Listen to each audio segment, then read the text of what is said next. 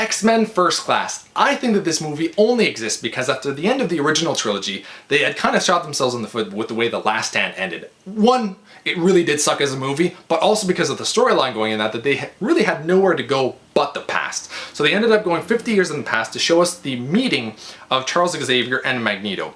They also introduced a few new X-Men. The only returning ones would be Mystique and Beast.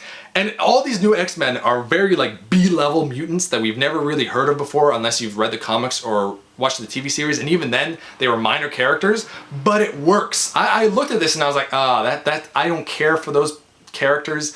I'm no Wolverine, no Cyclops, no Jean Grey, no Storm. This is gonna suck. No, it's good because they give enough screen time to each of the characters. They all have their own reasons for being there.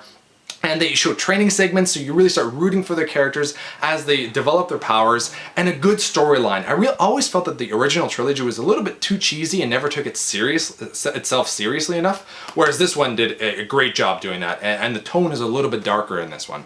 It's also really nice to see a young Charles Xavier who's all full of life and going after women, but it also shows that, you know, he was basically born to be a leader. He recruits a bunch of other mutants to form basically the first X-Men First Class, with Magneto.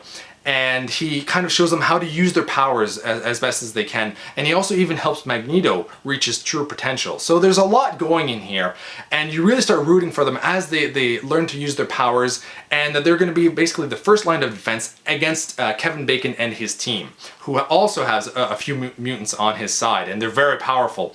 I also like that because there's two psychics in this movie, you have Charles Xavier also going up against Emma Frost, and because they're both psychics, they're kind of battling against each other, as in they can't control people on that on their teams because they're both going after each other. Because I was like, Charles Xavier, all he can really do is control people's minds, and while that can be kind of interesting, they never really used it in the first original trilogy, very rarely, whereas this one they use it quite a few times, and I like that. I like that they showed mutant powers a lot more in this movie, and because of their learning, it's very basic, but it works, and I really enjoyed that.